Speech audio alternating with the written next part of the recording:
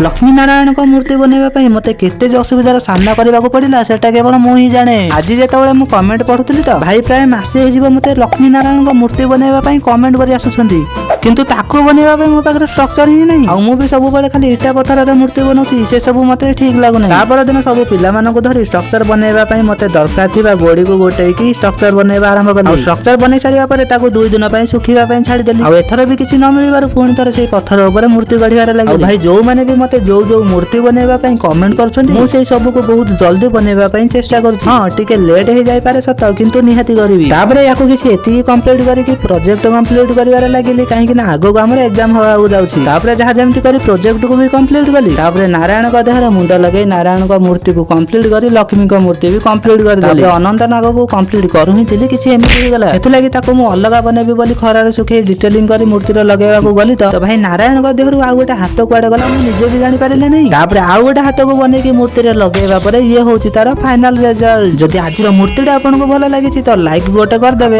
गोटे लाइक मत आगक बढ़िबार बहुत साहाय्य कर। रही नमस्कार जय जगन्नाथ।